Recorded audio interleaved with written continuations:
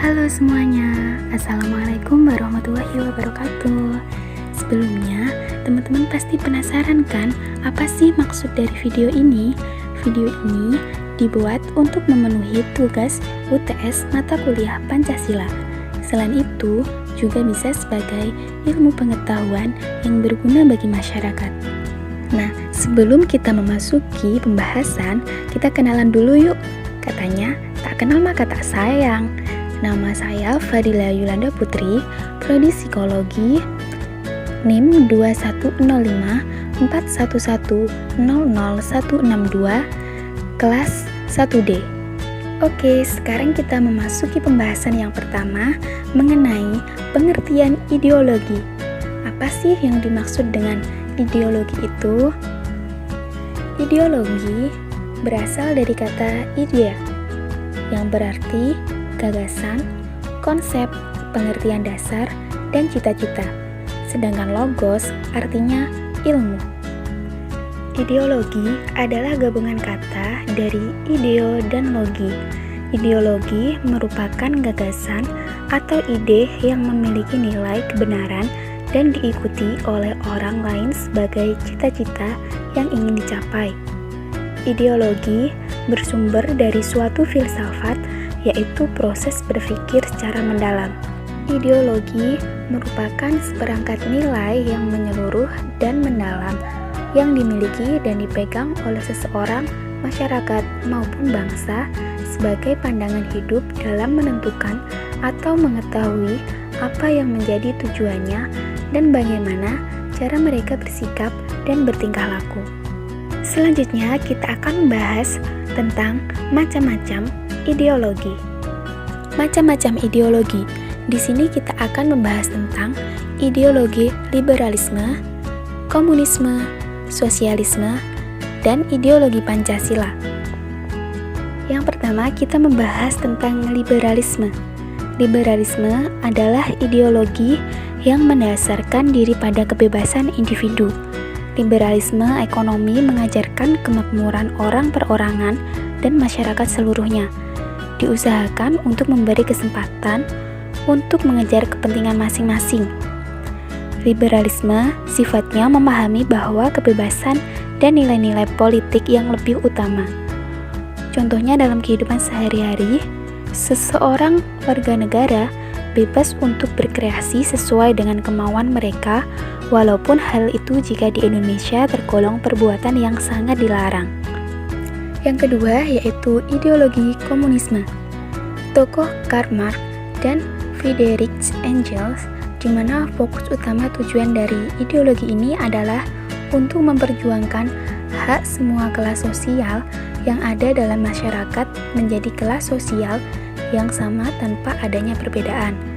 Dalam paham komunisme, maka akan didahulukan kepentingan umum dibandingkan kepentingan pribadi atau golongan. Komunisme bersifat bebas tetapi didasarkan pada seseorang yang berusaha. Hambatan dan rintangan, kesenjangan ekonomi serta kesempatan hidup yang tidak merata. Yang ketiga ada ideologi sosialisme. Sosialisme adalah ideologi yang menjadi gerakan mengubah struktur milik sosial dan politik masyarakat, serta akan membangun suatu masyarakat baru dengan pola yang berbeda-beda menurut aliran-aliran sosialisme. Pada abad ke-19 sampai abad ke-20, sosialisme merupakan jawaban terhadap krisis sosial akibat industrialisasi dan cara produksi kapital. Sosialisme berpendapat bahwa manusia tidak hanya bersifat egois, tetapi juga sosial. Manusia mampu asal diberi kesempatan.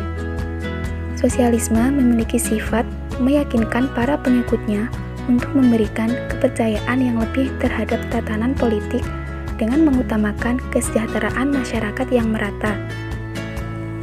Contoh dalam kehidupan sehari-hari adalah apabila ada suatu warga negara yang keadaannya terpuruk karena kemiskinan dan mereka menderita penyakit parah, negara bisa menolong dengan program berobat gratis.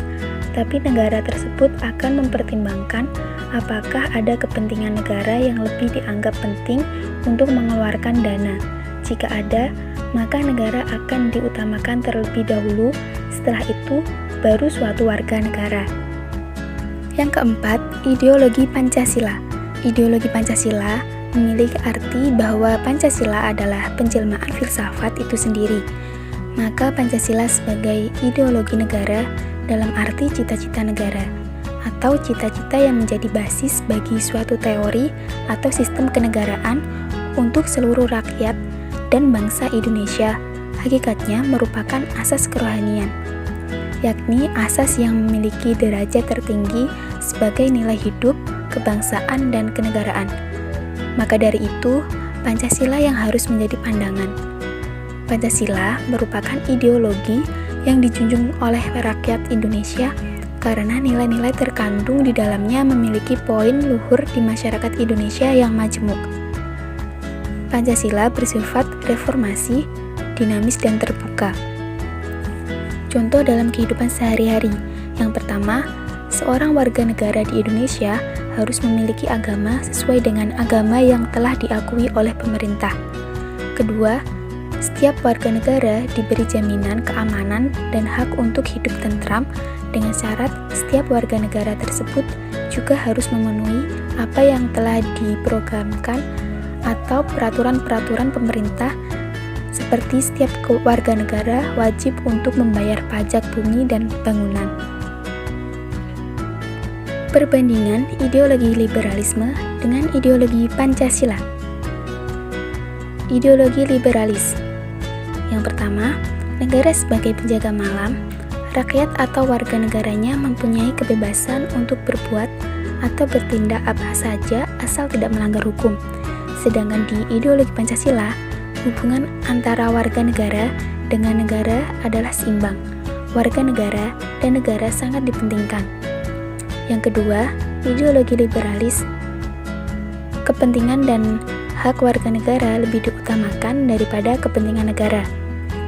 Negara didirikan untuk menjamin kebebasan dan kepentingan warga negaranya, sedangkan di ideologi Pancasila, kepentingan warga negara dan negara sama-sama dipentingkan. Ideologi liberalis yang ketiga, negara tidak mencampuri urusan agama. Agama menjadi urusan pribadi setiap warga negara. Warga negara bebas beragama, boleh juga tidak beragama. Sedangkan di ideologi Pancasila, agama erat hubungannya dengan negara. Setiap warga negara dijamin pula kebebasannya untuk memilih salah satu agama yang diakui oleh pemerintah. Setiap warga negara harus beragama, tetapi agama yang dipilih diserahkan kepada masing-masing warga negara. Ateis atau tidak mengakui adanya Tuhan tidak diperbolehkan. Perbandingan ideologi komunisme dengan ideologi Pancasila. Ideologi komunisme. Pertama, demokrasi rakyat berkuasa mutlak, satu parpol, hukum untuk politik. Sedangkan di ideologi Pancasila, demokrasi Pancasila untuk hukum menjunjung tinggi keadilan dan keberadaan individu dan masyarakat. Ideologi komunisme kedua, peran negara dominan. Demi kolektivitas berarti demi negara, monopoli negara. Sedangkan di ideologi Pancasila, peran negara ada untuk tidak terjadi monopoli dan lain-lain yang merugikan rakyat.